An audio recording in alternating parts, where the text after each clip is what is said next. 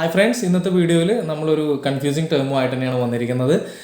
സാധാരണ എല്ലാവർക്കും എഴുതുമ്പോൾ മിസ്റ്റേക്ക് വരാറുണ്ടത്, കൺഫ്യൂസിങ്ങും ആവാറുണ്ട്. മേ ബി, ഇത് രണ്ട് രീതിയിൽ നമ്മൾ എഴുതാറുണ്ട്. മേ ബി എന്ന രീതിയിലും മേ ബി ഒറ്റ വേർഡായിട്ടും നമ്മൾ എഴുതാറുണ്ട്.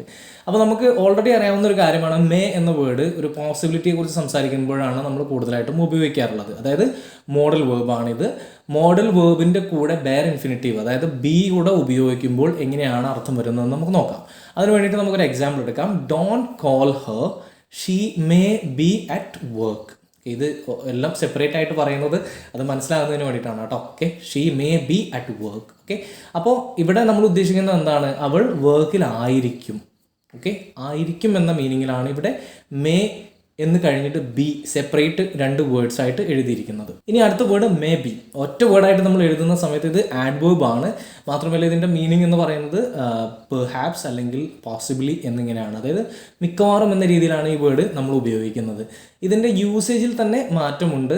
അതായത് ഇപ്പോൾ നമ്മൾ നേരത്തെ പറഞ്ഞ എക്സാമ്പിൾ എടുക്കുകയാണെന്നുണ്ടെങ്കിൽ don't call her, may be she is at work. Okay, അപ്പോൾ ഇവിടെ മേ ബി ഉപയോഗിച്ചിരിക്കുന്നത് ചിലപ്പോൾ എന്ന രീതിയിൽ അല്ലെങ്കിൽ മിക്കവാറും അങ്ങനെ ആയിരിക്കും എന്ന രീതിയിൽ സെൻറ്റൻസിൻ്റെ തുടക്കത്തിൽ ഉപയോഗിക്കുമ്പോഴാണ് നമ്മൾ ഇത്തരത്തിൽ ആഡ്വേർബ് ആയിട്ട് ഉപയോഗിക്കുന്നത്.